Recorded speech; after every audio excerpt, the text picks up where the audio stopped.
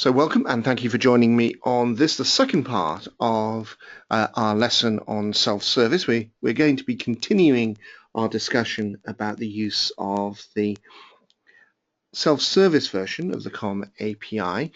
And in this, we'll be looking at some of the tips and tricks, as well as revising a little bit about what we looked at in the last lesson as well.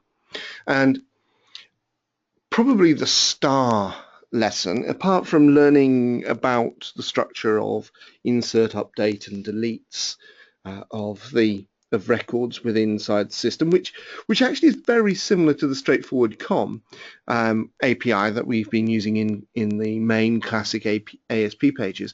We're going to look at the role of the visitor info method, the way in which we can influence and construct hyperlinks in code, the way in which we may want to do client-side coding, and what we'll find is that there's some good news, and there's also some bad news around the client-siding aspects, and it's all related to really the limitations that are placed on the API because of the way in which the approach to who is accessing the page is understood. Of course, we have been discussing already in the previous lesson about the idea of a visitor versus a user, and that idea of a visitor that you control within a self-service environment that doesn't use the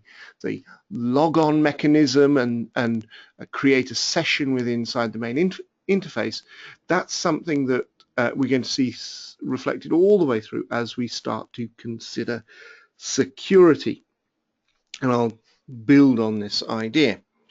But let's remind ourselves of limitations. When we access our interface, and let's see if I come into a screen like this, we know that a user can just pull up and access a page. There's no here check as to whether the person is authenticated. We are simply able to go into a corporate site, and let's do this, and we go into a corporate site and we're able to pull up the page that we're interested in, so in this case default, and the page appears. This is something that is completely public. There's no or anonymous in access. If we want to approach this so that we have authentication, then we have to understand that the authentication mechanism is different.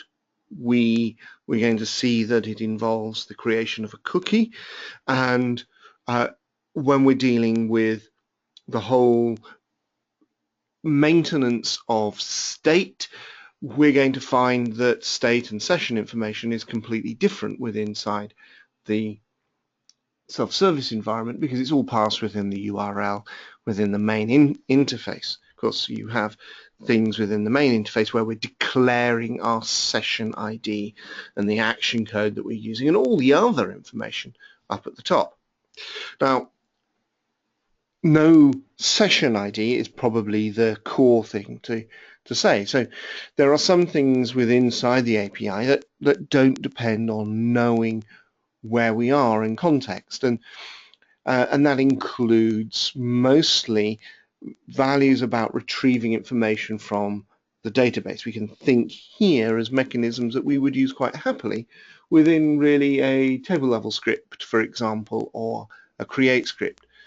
But where we have the need to build URLs and to build structures and to look at the information contained within the URL, then immediately these become problematic.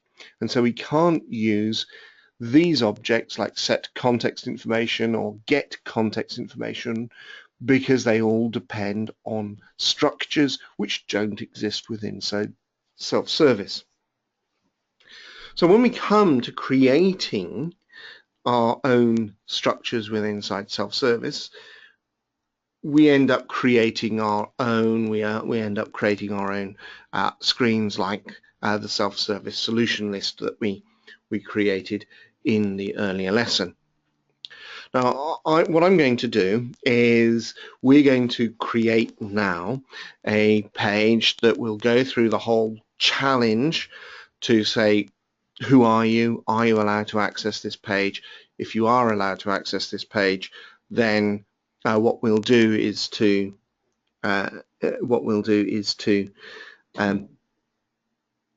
go through and if you're not, force you to log on, and if you're not logged on, or if you are logged on, we'll display the information. And to do this, I think we'll think about the scenario that we want, and what I want to do is to allow people, and probably the most frequently used purpose for self-service is within customer service rather than sales, but it could equally be with sales and within the contact of an inquiry.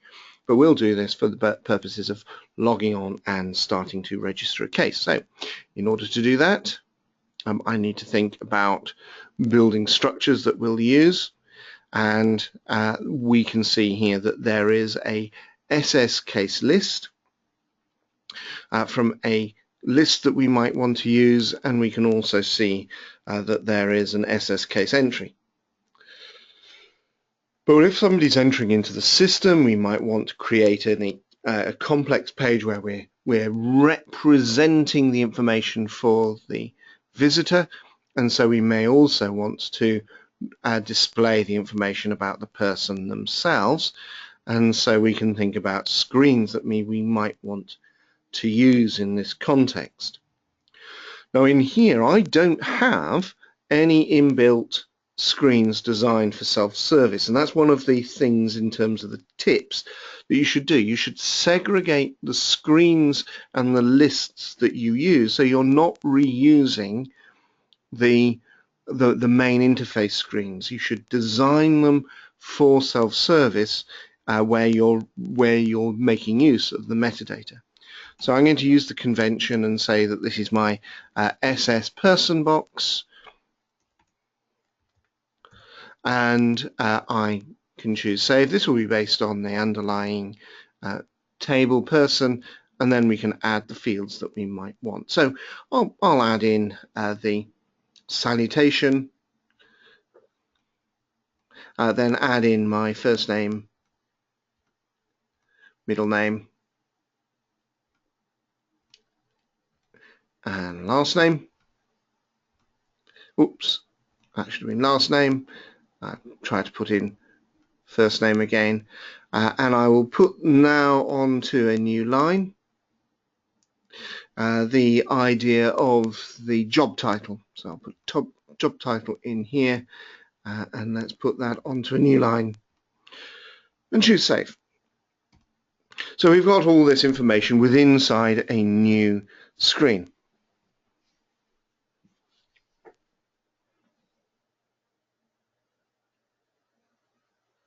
I'm just waiting here for this to save. Well, now that that's saved, we can start thinking about the design of our page. So I'm going to create a new ASP page, and let's create it as a JavaScript file, but I'll save it as an ASP page. And in here, I'm going to borrow the outline that we've got. Now I only want to borrow the outline as far as the main page code, because in here I want to start constructing my own structure. Now let's save this, and what I'll do is save this underneath the C drive, underneath iNet, wrong drive. Let's put that underneath. Let's manage to click a drive that I don't have a connection to at the moment.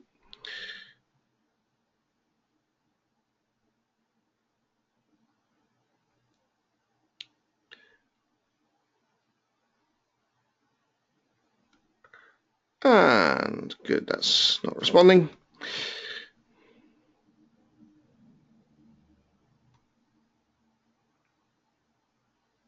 Oh no, I shall wait for the program to respond. I don't want to load that all up.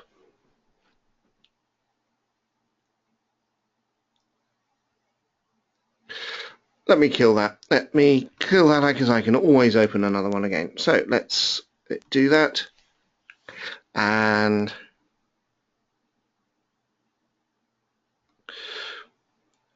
pull this up, and I'll do File, Save As. And what I'm going to do here is I'm going to call this main page.asp.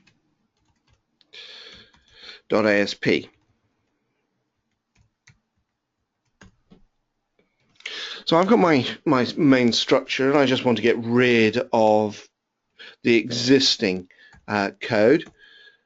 And let's confirm that this in fact does exist. So if I call up my main page,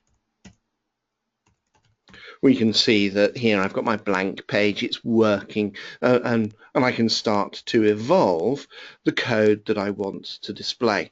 Now I'm cheating here, I'm using my little snippets for self-service to help me write the bits that I want. And what I'm interested in is the idea of this check to see how we can structure the page.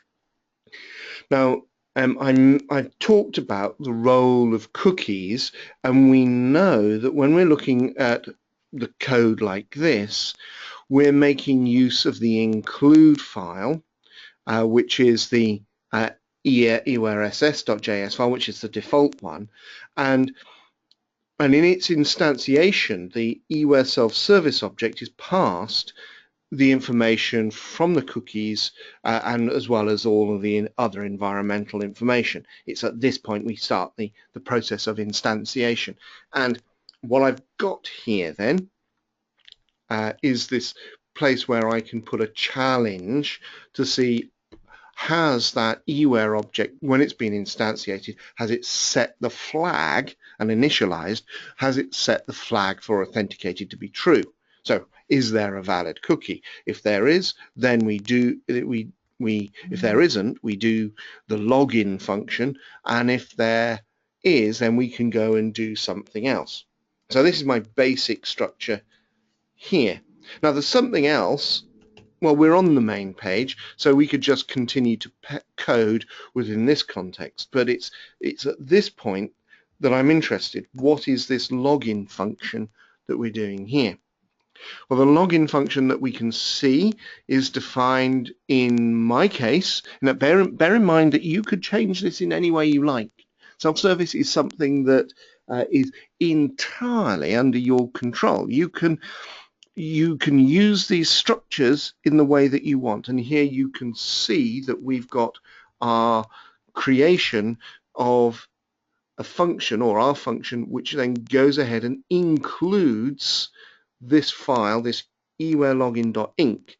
And the ewarelogin.inc, what that does is goes through and creates, or rather contains, I should say, the form that we can use, and itself has got the appropriate check.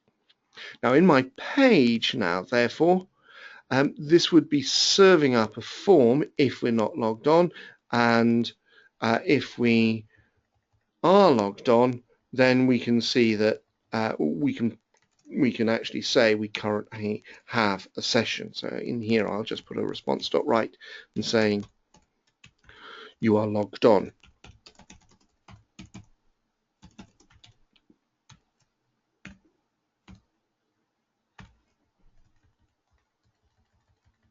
So here I can say, hit the N rather than the right. I can say now, if we return this, you can see that we're logged on. It's got an existing session where we've got Gareth McDade already logged on into the system. Now we know that it's Gareth McDade because if I switch over into our system and look to the database, so if I go to the visitor database, which is the CRM self-service database, of course, and it's the table visitor, so select star from visitor. we can see in this case we have Gareth McDade's details within inside the database. Now my page that we're here is saying, well, how do we destroy a session? And what we can do to log off, and I'll log off temporarily for now, and I'll create a simple log off, it is here. It's just a question of saying, well, if we're authenticated, which we are, then we can end that session by deliberately passing in a request to destroy the cookie. And so you can see this information, which have got all of the information about us. So in my case, I can pass that in. So let's get rid of that response.write and end the session. And well, actually I'll leave that on. If I refresh my page now by going into the main page, you can see that we're logged on. But if I refresh this once more as a page, you can see that I'm being invited to log on, because I need to now create the new session. So here I've shown how we can create the session and how we can end the session, but just notice that although we've been using this check, excuse me, for CRM authenticated, there's also the check within here for handling the errors that might occur. And so if I type in McDade as the details and the password, I just put in any password and log in, you can see that it's come in with a login incorrect. It's come up with a default message. Now, where has that error message come from? Well, you can see that it's the error itself, and if we were to look in, take that text and start to look inside CRM, go into customization and translations,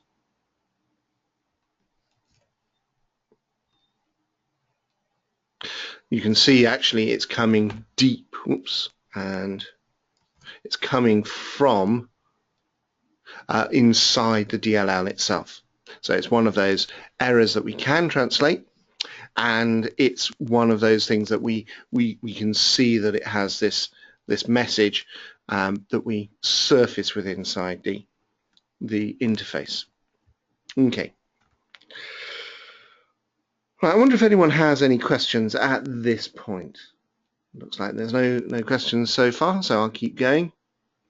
And what we need to do, of course, is to comment this out so we can start to think about what we're going to do now that we've logged on. So that's how we log off.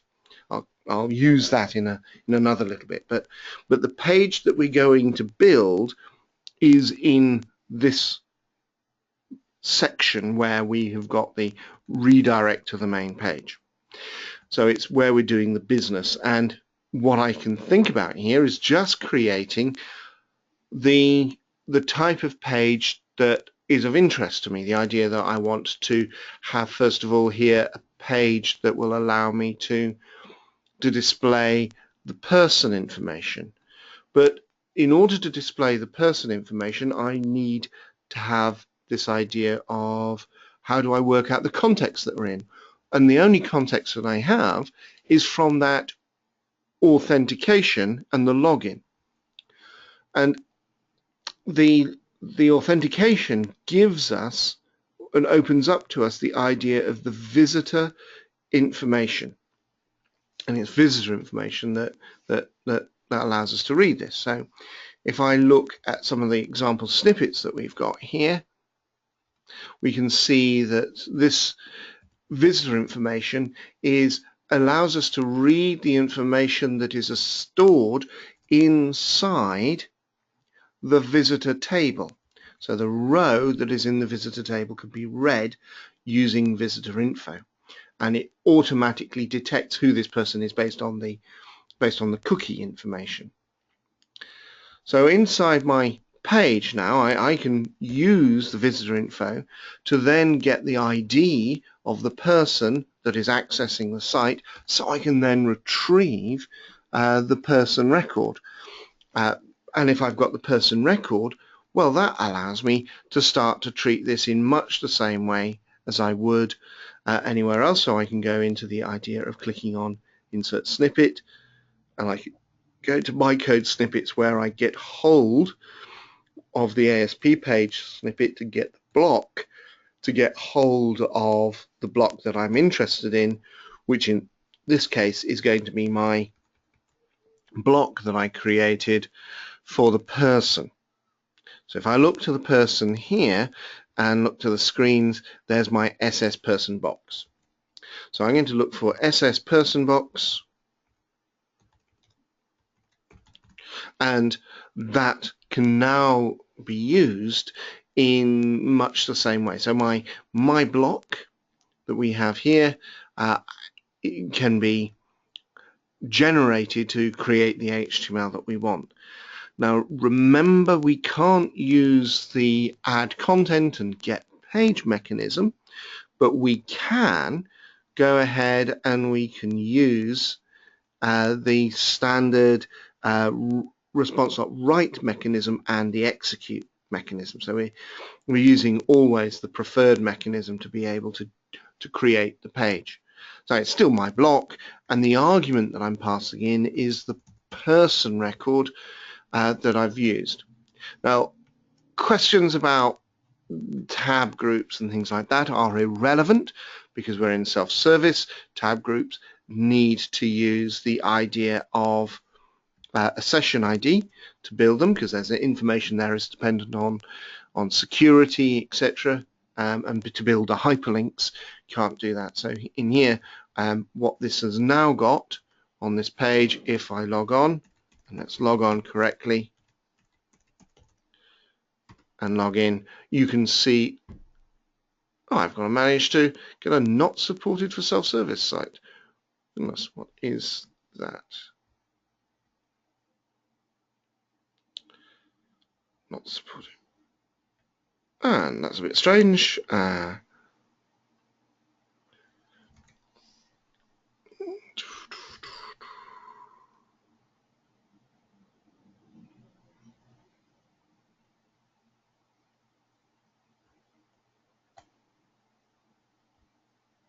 Oh, of course. Do you know, I've managed to break my own rule. I've managed to use the preferred method there, which was extremely stupid of me, and I wonder if anyone has noticed that. No one did. No one has howled at me saying how stupid I was. Thank you very much. This, I've just managed to do exactly the wrong message, and you can see there we are quite nicely. It comes up with a brilliant message saying not supported for self-service. So that's, if you like, the proof that you can't use the add content get page mechanism.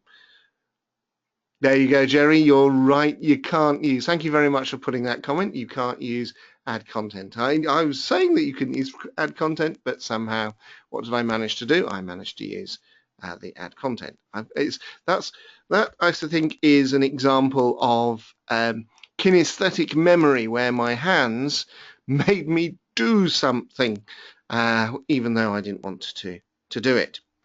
It's just that I was so used to doing it. I'm always using that mechanism. So the mechanism that we want to use is the alternative method, not the preferred method, which is simply to execute the block. And the block here is SS person box, and the argument being passed to it is the person record. Still, what I was saying is that we've got nothing else to, we're not doing anything else in the way of tab groups or anything. But that now will, if we refresh this page, generate the block that we want. And if I zoom back down to a sensible size, that's what we've got. No, the morning recording was terrible. This is the best recording that anyone can hope for, complete with comedy scenes within it. Here we have our page, and the point about this page is that it's fully editable. and so I can click in here, I can change the information that I want. Brian, not Brain, and I choose save, and Brian McDade now has got within his company, if I go and find the person McDade, his name will have been changed. So you have a look at Brian Gareth McDade, and we can see that Brian has been passed through. So we know that our self-service site is fully operational. And back inside our page, we can now start to make this a little bit more complex. So we've seen here that we can retrieve the block, retrieve the record, and we can edit the record through self-service. Very much similar to what we're used to. Now we can make it more sophisticated than this if we like, because of course we could get hold of another block. And if I get hold of another block in here, the block that I want to get access is, if I go into the administration screens, the SS case list. And so if I look to my customization for cases, I need to remember what that is called. If I look down here, we've got SS case list. I can go and retrieve that information, and we can build the argument string that it needs. Now in this case, my block, I should start to make sure that they're named differently. So I've got my screen block and I've got my list block, and in here, if I'm working with my screen block, I want the record to display. So I'm going to use the idea of the arg object, and I'm going to set this to be the person record. So that block is going to contain the record, and I'm going to use the same idea of the argument object, but this time to build the where clause that I want. So it would be case underscore primary person ID is equal to, and this is where I can reuse my information from the person, the visitor table, like that. So I can pull in the information that I need. Now obviously where I've got two blocks being used, I should really make use of a container, and so that's just a question of using the correct snippet for this. So in here I go in and pull in the information that I want, so I need to bring in my own container, where my block container is going to contain my screen block,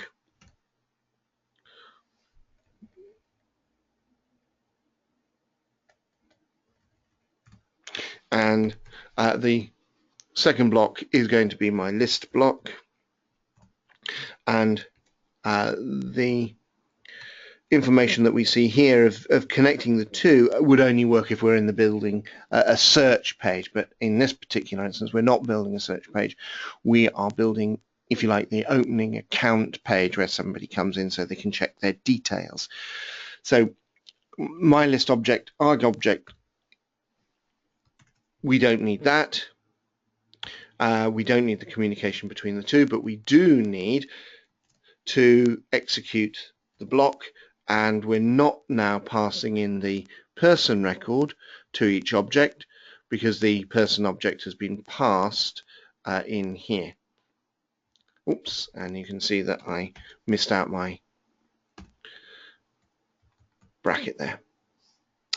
So if I now save that and look at this, we should see a different page.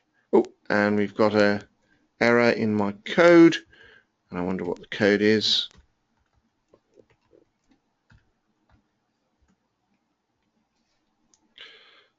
Expected bracket. Oh, there, because I hadn't terminated the string. It's very funny when you're looking at things, it doesn't tell you necessarily it doesn't put the error where you would think it. So it looks like it's there, but it's there, especially when it said that the bracket was missing. If I now go back to my main page or refresh my main page, we can see that we've got our page like this. And I just need to think about how I'm going to represent my block and move the button to where I want it. Blocks are controllable in the same way that any block is controllable with inside the interface. If I create for myself very quickly a simple JavaScript file and in here choose an insert snippet to look at the properties of a container object. So we have a look down here at the idea of the container. I think they were back in here. Block common properties. Not that one.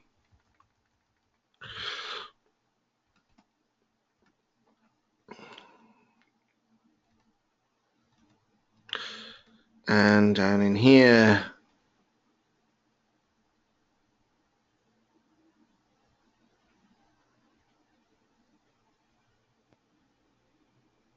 it'll be an entry group, block properties, there we go, it's that one.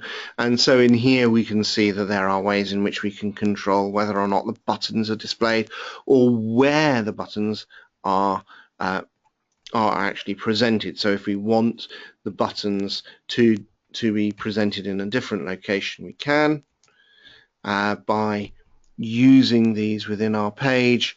And in my particular case, we would say that the button location added into the properties of the container, so we're changing the container here, is that I can put them to the top left. And these positional are variables, and the variables are declared at the top here. So you've got the positioning of these.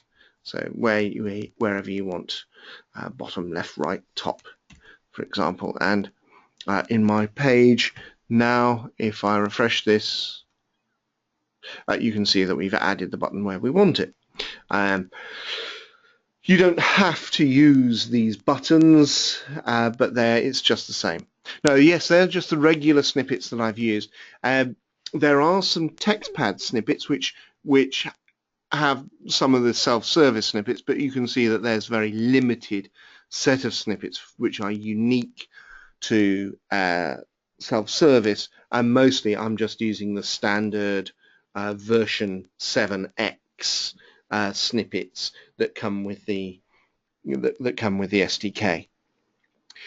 So there's nothing particular special about these snippets. You just have to be mindful over which methods and objects that you can use with inside self-service. And as I expertly demonstrated, you'll get a very clear message saying it won't work if you try and use an illegal structure inside self-service. What do I want to do now? Well, let's see. One of the things that we need to do is to do a check to see if we're moving into a mode and to display something if we change things. And I'll just add a little check in here which says if crm.mode is edit,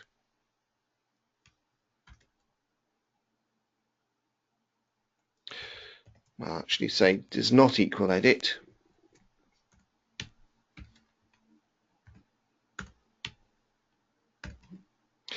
We'll see now that if I go back to this page and click change, we can see that we lose the information at the bottom. So we lose the listing, which is what we might want to do.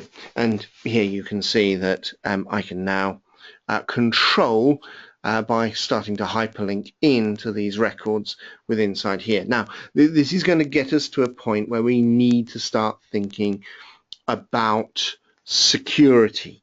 But I've not quite finished about the whole idea of the server variables. I might want certain information to be held inside the system. Now we can see how visitor info is pulled up and can be defined.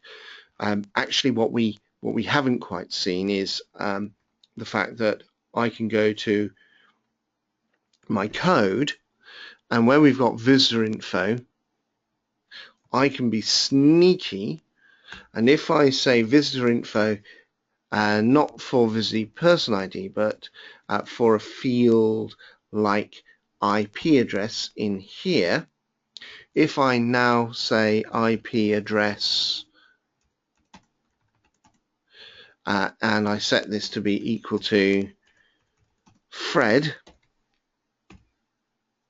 what we will find is that now when I enter the page, so if I load this page again, nothing is changed about the operation of the page as far as the user's or visitor's experience is concerned, but within the database now we can see that the visitor info field or method is addressable as well as readable, so it provides us with a mechanism to change the value, not just read the value.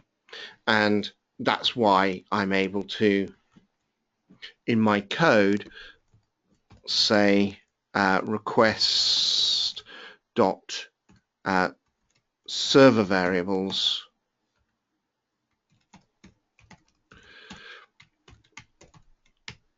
and put in my remote address information and to grab the IP address. Now that's going to take us a little bit far, so it's nice if I retrieve this and then look inside my database. We can see it's displaying this address because I'm just using localhost. That's what it's come back to. If I was to display this by going into 127.0.0.1, or actually better still STL, which is my machine, and then go to my location here, which is the main page, we can see that because it's treated this as a separate path from the server, I need to log on again. But when I log on, it will know it's the same person. I will save this, and what's recorded inside here now is 127.0.0.1 as the IP address, because that's a loopback adapter. That would be the remote address if I was truly remote. The thing about that's brilliant. You can store any of the fields that are inside the database. You can use this as a way of pushing the information in. But excitingly, there is another table that we can use. If I go into select star from visitor, whoops. And this is where it gets brilliant. It's called the visitor profile. Visitor profile has nothing in it at the moment, but this is a type of environmental table.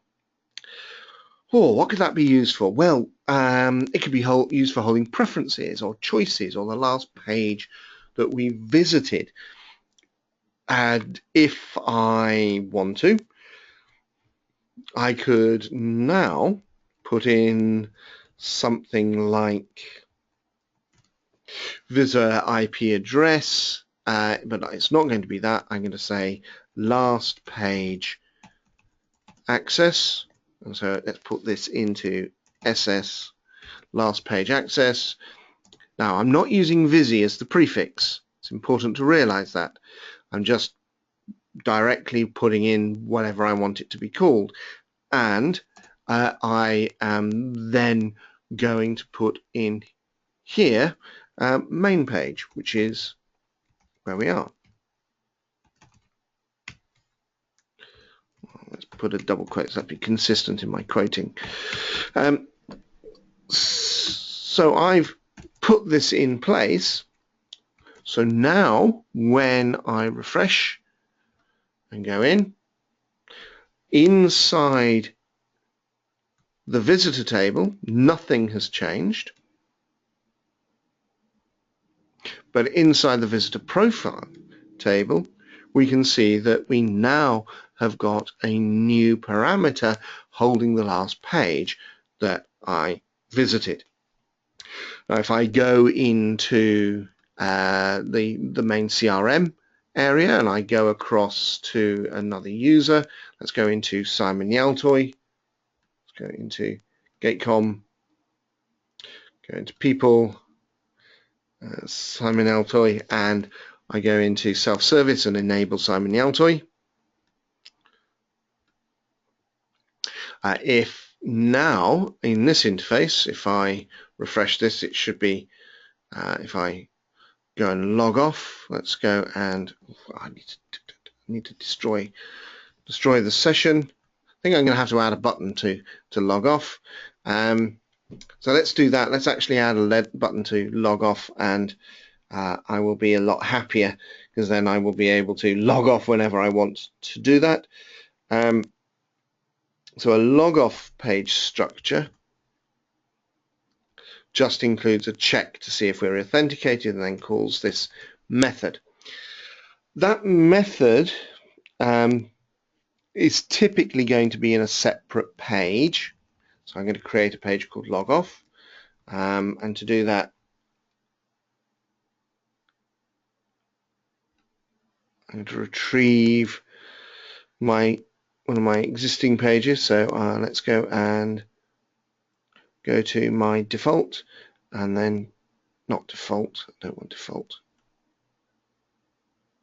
Let's just do save as, file, save as, and let's call that log off.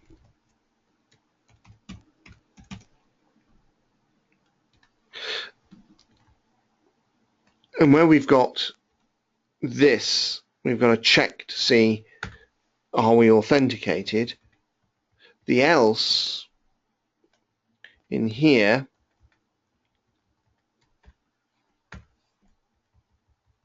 if we're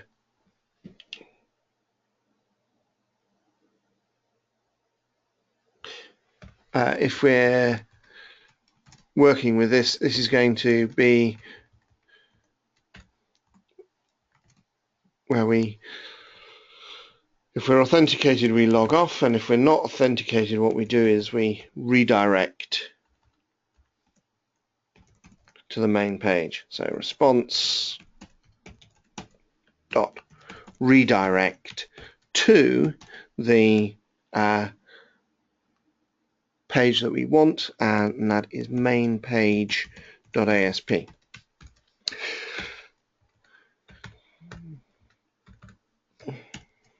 And I just have to call a button that does that.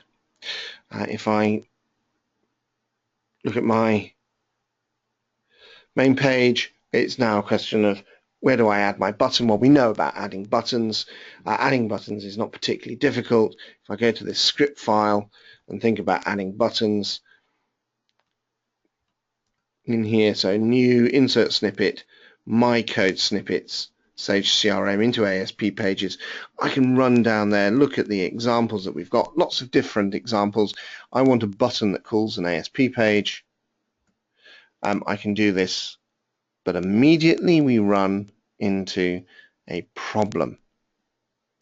And the problem is that in here, buttons can't be used. You cannot use this method because this method in self-service can't be used because it depends on the idea of the session information and checks against it works on the idea of checks against the security to see whether something can be displayed. But this idea of what CRM button generates is a hyperlink, a pair of hyperlinks.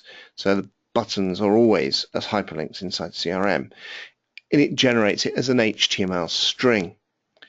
if we continue as though we were going to use this directly, the thing that we would find, the thing that we would find within our snippets underneath Sage CRM is that the buttons that you might want to do then need to be added to a screen. So we need to add the button to a particular block.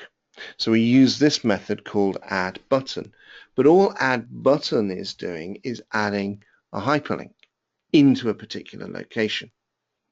So back inside here, if I want to add my log off, all I have to do is put in the HTML. So this is HTML, and if I look at my page now, we can see this is HTML. That is where the that's where my code would go. And so if I want to build this, well, it's here. I can start to construct the hyperlink. So href equals, and where I'm going is just to the log off page, and I can actually improve my simple log off by using any translations that I like. So I can actually use CRM get trans, because get trans is one of the methods that we can use inside the self-service environment, because a self-service visitor defined within CRM works allows for the idea of that allows for the idea of the translations to be used and different languages to be used. So get trans, I think it's going to be buttons, and I'll put log off and choose save, and this means that now my page looks like this. So I have log off, and if I can click on log off, you can see that I've logged off, but my log off, when I look at my log off page, I haven't got this redirect is not working correctly. I'm going to mainpage.asp, and it's not delivering up yet the correct information. So I've got to get to the point where log off has not redirected.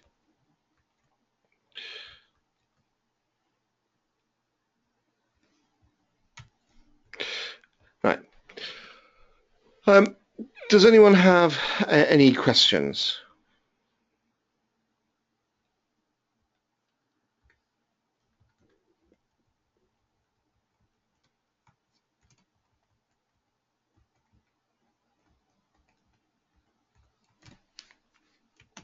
No one has got any questions.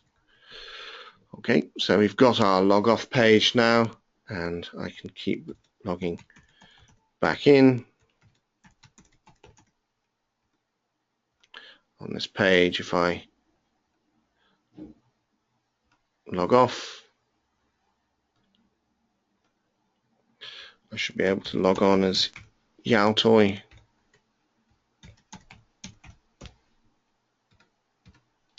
And so I've got two people logged on at this point.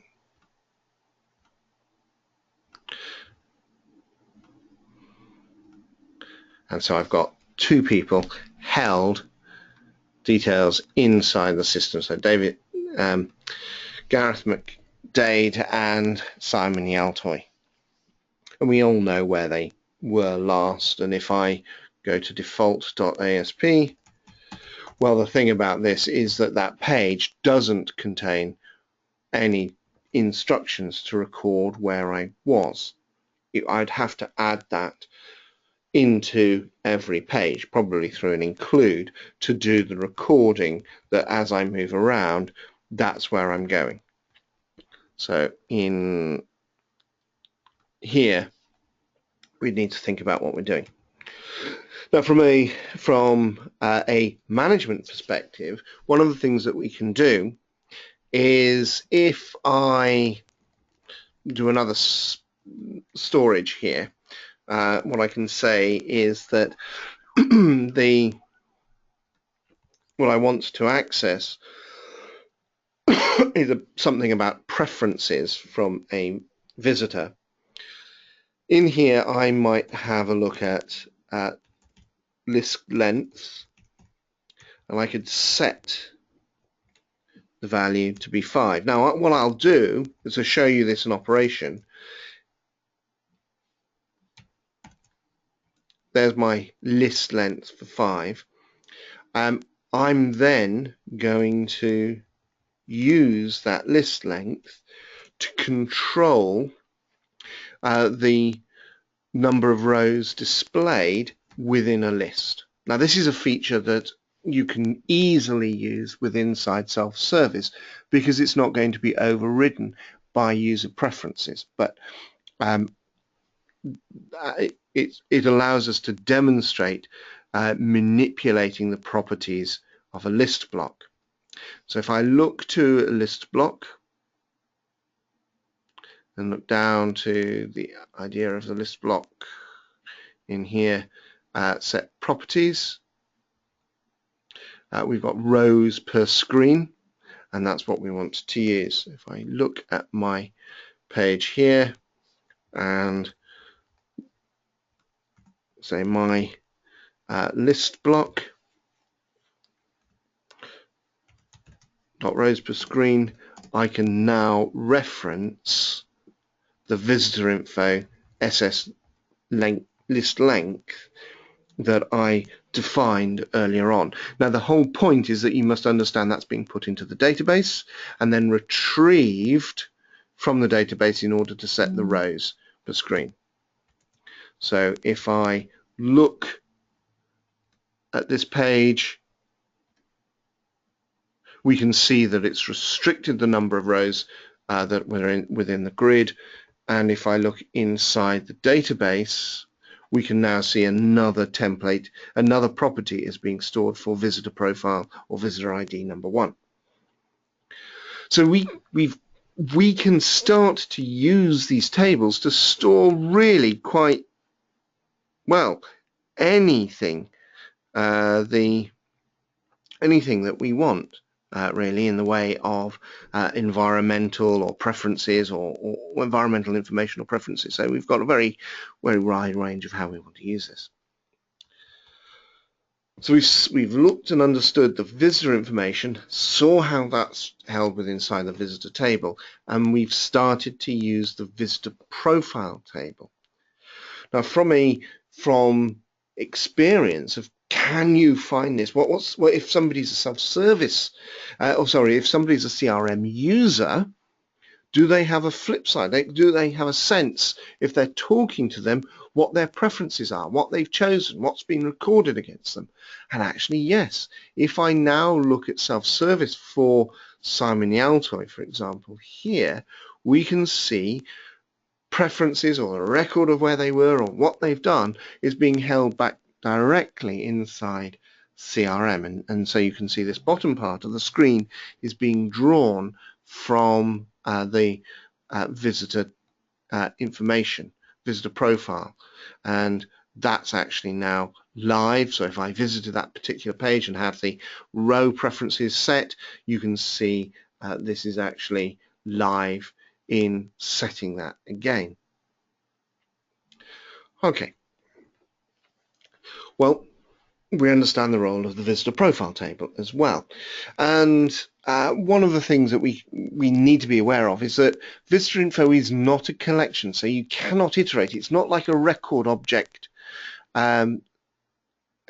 which would allow you to iterate it. So if you don't know what's in there, you can start to discover what's in there by working your way through the records that is inside the visitor info. So that would that's a fairly simple trick to be able to start working out what is the information that might be stored inside the visitor table, but it won't tell you. You'd have to use some other tricks to start working out what's been recorded inside the visitor profile table. Okay, so we know about this. I've talked about that, and we can started to build our page as well. Now the page that we've seen, yes, user accounts for self-service are not particularly hard to create. They are driven. It's held inside the main interface of CRM. If I look to my person Simon Yaltoy and I want to enable them for self-service, the act of installing self-service will have enabled the self-service tab in here. If you don't have that, if you go into the administration screens and go into customization for the person and you look at the tab group for the person, you will see self-service as an option, and you'll see a system action called SS Person Edit. And you've got you can customize these options in a similar way to yourself, where you've got SS Person Edit, and you've also got SS Company Edit, which would allow you to make available the company, anyone within the company, for self-service access as well, so, or setting up a company level account. Not terribly, I don't particularly like company level accounts. I prefer accounts to be at the level of of an individual, even though that company then may choose to use one self-service logon for multiple people. Okay, so that's the idea of our self-service. Hopefully that made sense there, that you're happy that you understood that the account gets created just through the user, the person maintenance screens. Michelle, are you happy with that? Oh, can a user create an account for themselves without having first been in the Sage CRM main system? Well, if we think about the idea of leads, you'd have to have some mechanism to convert a lead into a person and automate that, because self-service is not associated with leads. They have to be promoted into being a real person first of all. You could of course allow where I've got the example in the main site and sorry, the main demo site. If you look at the CRM self-service demo and look at the page associated with the newsletter. So in this particular page, where you've got a lead being created directly from the interface, there's not much reason why you shouldn't allow for the idea of the direct creation of a person and a company through that interface, except that would require far more coding on our behalf.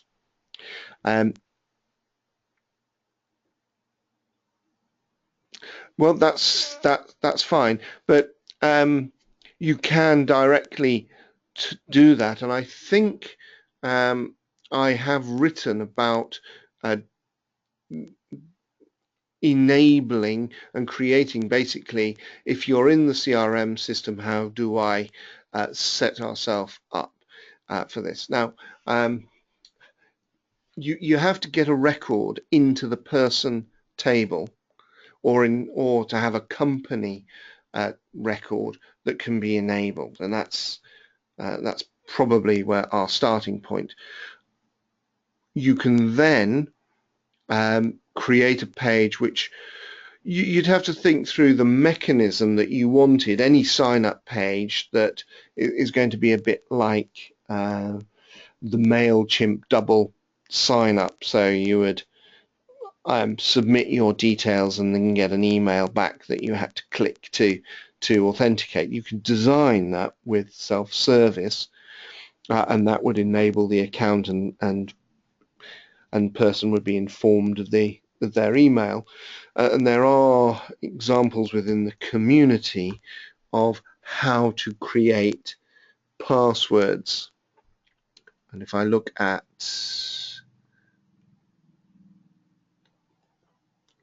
the self-service roundup,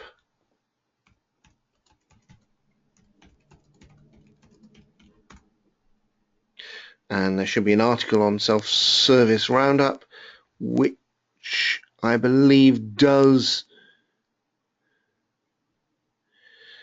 programmatically enabling a person for self-service, which could be exactly what you want. There you go. Yeah, I'm always amazed at what we've got. So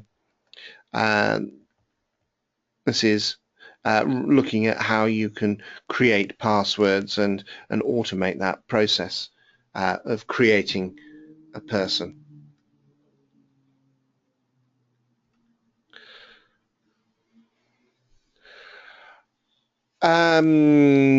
Possibly, if your guys want to authenticate through Active Directory, that's possible. You won't have the same sort of options really that we do inside CRM. Where you've got the IIS auto login, you won't have that sort of environment. What you would end up doing though is if you wanted to have a type of authentication that is driven by IIS itself, you would have to have a way, or you'd have to programmatically handle the authentication that is made within Active Directory through to storing that credential within inside the visitor table, so you could cross-reference it. It's basically looking after the security directly yourself instead of using the CRM security mechanism. We've seen that we've got this concept of anonymous versus authenticated. You don't have to go and use the CRM's own authentication mechanism.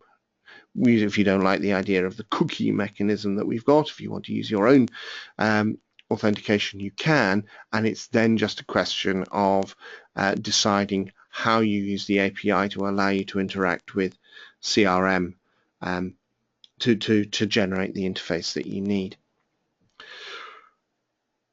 Okay, I don't want to flannel you, but there's not much I can say more than that without having to go into specific examples around the alternative logon, and I think that's getting off topic of the particular lesson. And that's great. So they can watch this video and then they can start scratching their head. One of the things I can start to move on, which is to point out in terms of security, it doesn't matter whatever security you use, is that you've got the difference between security that is, if you like, the front end to the application. So here I've logged on as Gareth McDade and I've logged on here as Simon Yaltoy. What about accessing different records?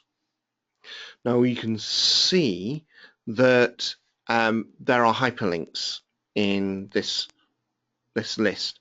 If I look at the customization of the case list that was used, I used the SS case list, and we can see that it's using custom jump, and it's using a custom jump expecting to find a particular screen here, and it's expecting to find a page called case detail. I don't have one called case detail, so if I click on this, what we get is a 404 error message, which of course is my favorite error message because it just means that we don't have that particular page there. So that's very easy to remedy. If I go back to my any of these pages like log off, if I just do a save as and look at creating one called case detail,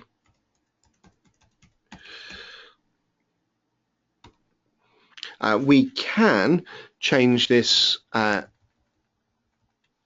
do the work that we want, but let's just double check that that actually now exists.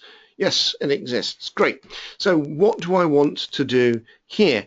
Well, what we would normally do is we would say get the context info. And what info have we got as context? Well, we've got the visitor info.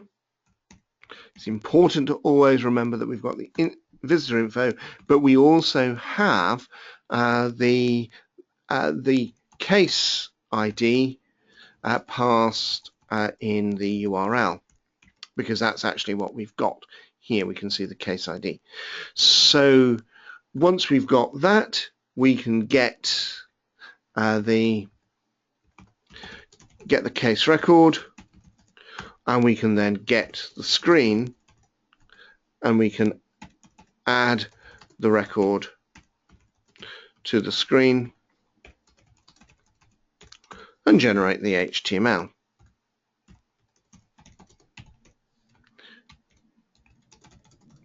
And send to the browser. So far so good, and actually something that you should feel immediately, yay, I can do this, because this is just a question of saying, well, let's get hold of the visitor information, let's get hold of the person record, and tell you what, I'll just jump across in here. This is my case detail. I paste that in here, and I'm using the idea of where I am, and this is the case detail.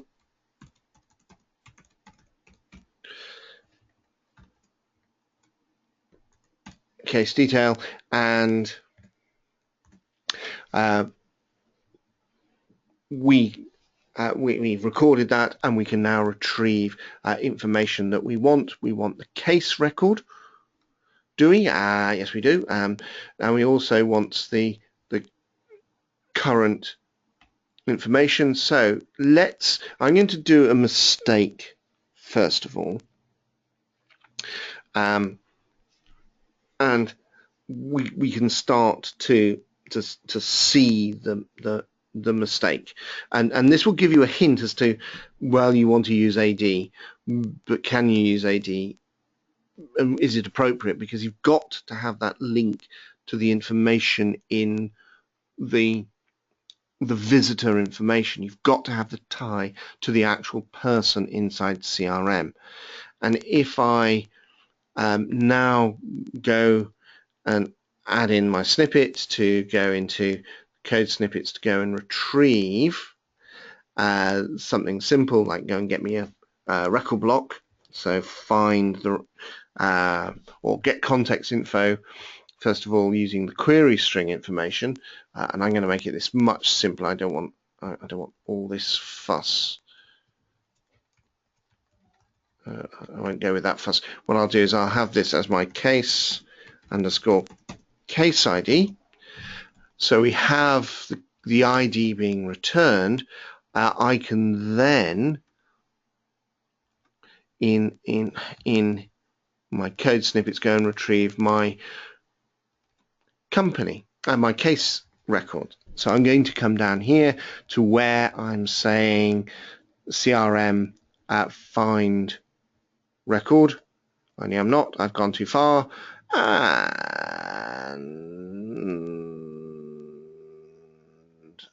and I can't remember where I've put it.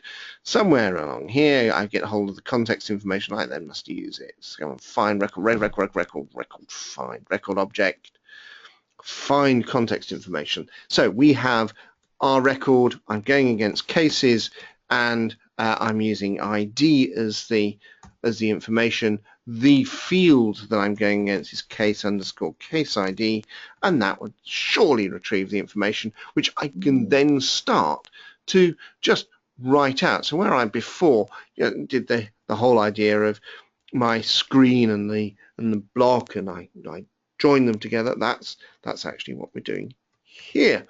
So in my case detail page, we're getting hold of the screen that we're interested in, and my screen that I'm interested in is this SS case entry.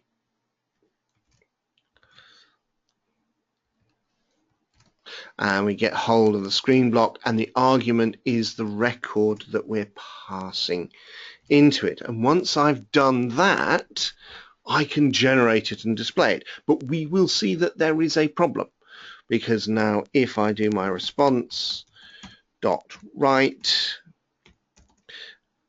I can't spell. If I do my response dot write, and I say what I want to do, I want to write out my screen block dot execute,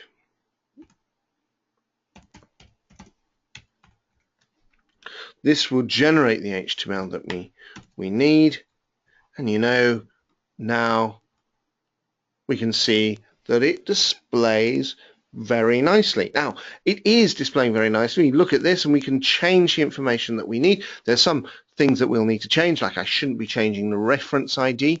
That's one of the things you have to think about. You might be displaying a field, but should you allow the customer to edit it? I can say this is changed, save that.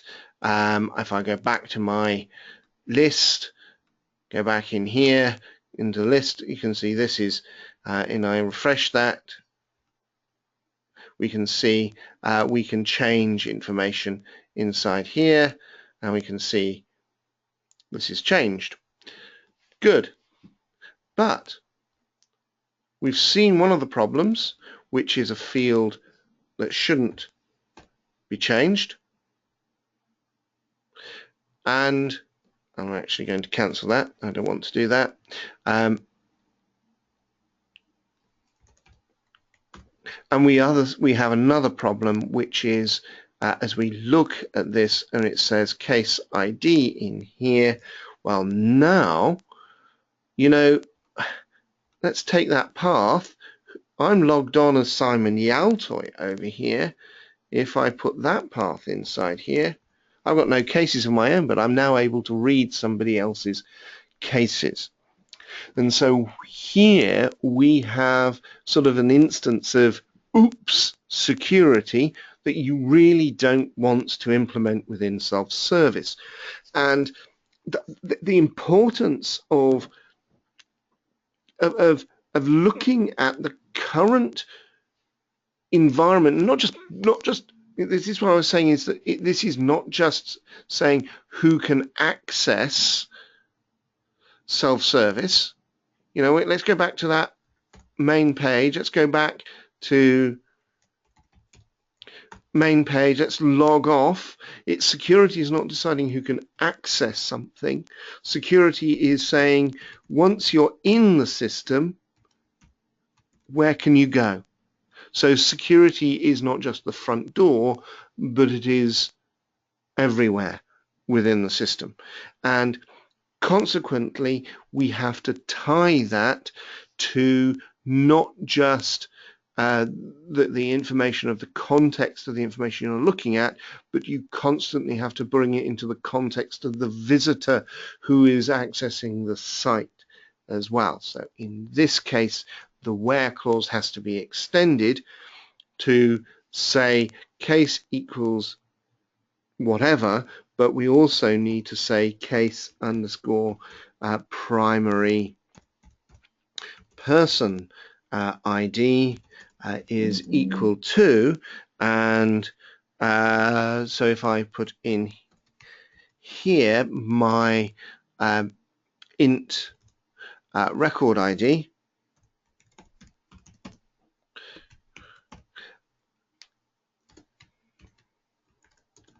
and case ID equals that. So it's got to be more than simply one clause. We have to use all of the context to determine whether somebody is allowed to access this. So you can see here now Simon Altoy is no longer able to try and spoof their way into looking at somebody else's details. Okay. So hopefully that sort of warning about security will, if you're, in the case of you, Michelle, your security guys are going to be watching this, that will sort of start sort of pinging some ideas into the application security that you need to apply. So it's not just a question of making sure about that. Now, a lot of we've talked about in the display of information, we actually dealt with implicitly in the last lesson as well. So I'd refer you back to when we were looking at the idea of how we control what our site looks like, because that's really down to the style sheet that is referenced. Any of the pages that we create with inside the interface, the HTML is always generated, if we look at the page source, as using the styles, the classes that we're used to using inside the main interface. So your choice here is to strip out the classes or to adapt and use them with inside the interface. So that's one of the things that you'll need to consider. We've started to look at list properties. I use the idea of rows per screen. It's worked very well in self-service. It's not something that you can use with inside the main interface because preferences inside the main user interface would override that.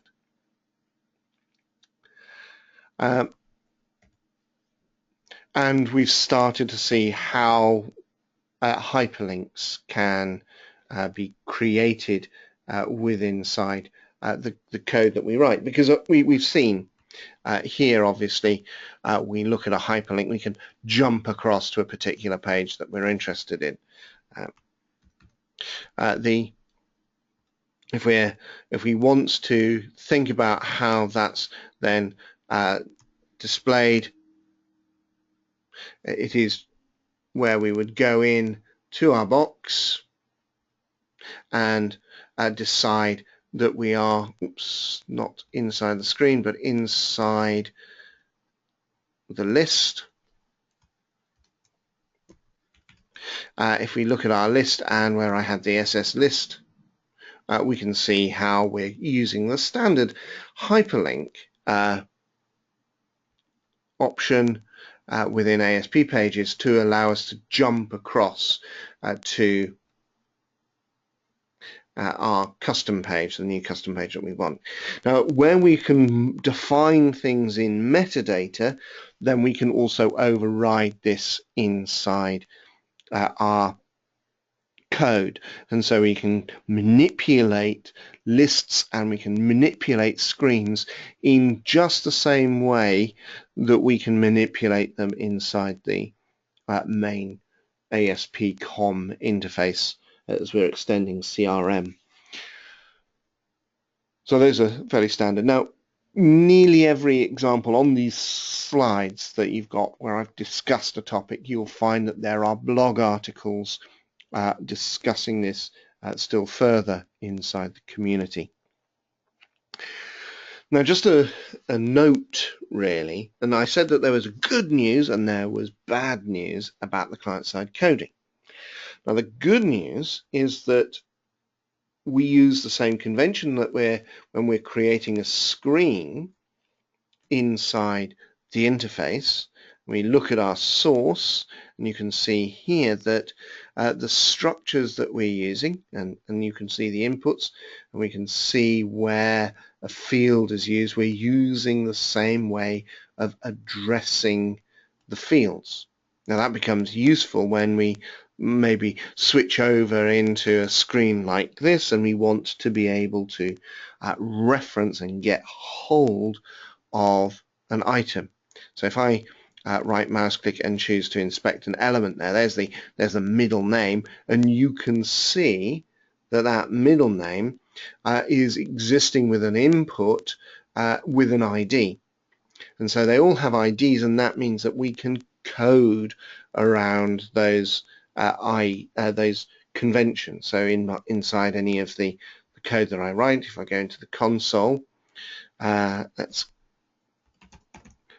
clear that. If I now want to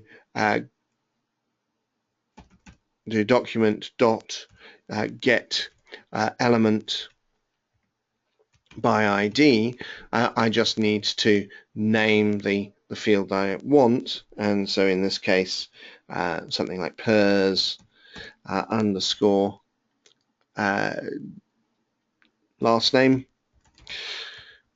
and you can see that we're getting hold of that element, and we can therefore know that we could get the information that we want from that.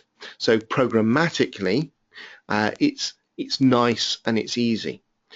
The sad thing is that the structure of the screens are so much so that the inbuilt client-side API can't be used, but you can nevertheless use, and where your page is using jQuery, that works perfectly fine. So plain old JavaScript, jQuery, carry on, knock yourself out, but you can't use the client-side API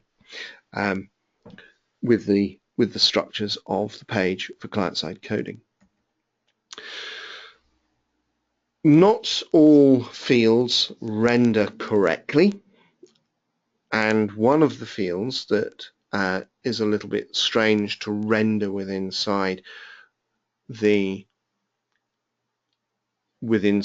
our interface within self-service would be the search select fields. Now, if you think about the main search select fields inside something like a case, we can start to see that, okay, looking at data like that, plain data, and if we look to this and look at the elements that we've got here, we are looking more or less at straight information, very nicely written out. What is problematic is that it contains hyperlinks to those items. Okay, hyperlinks are problematic because they're pointing back into the main user interface rather than expecting the self-service interface. So that's our first one. Now there's no iframes or anything like that, so there's no real problem there, but it just looks a bit strange because the hyperlinks wouldn't work. And worse than not work, they would error as a self-service visitor tried to follow them. And if you then change over into edit mode, where you're looking at structures like this, and we look at the elements here, what we're going to start to see is the structure is far more complex, and in fact we're using iframe information to display all this. This starts to be quite ugly, especially around all these behaviors on finding and clearing. It works very nicely inside the main user interface because, of course, all of the URLs that are built contain all of the information that is required, and it's anchored on the user.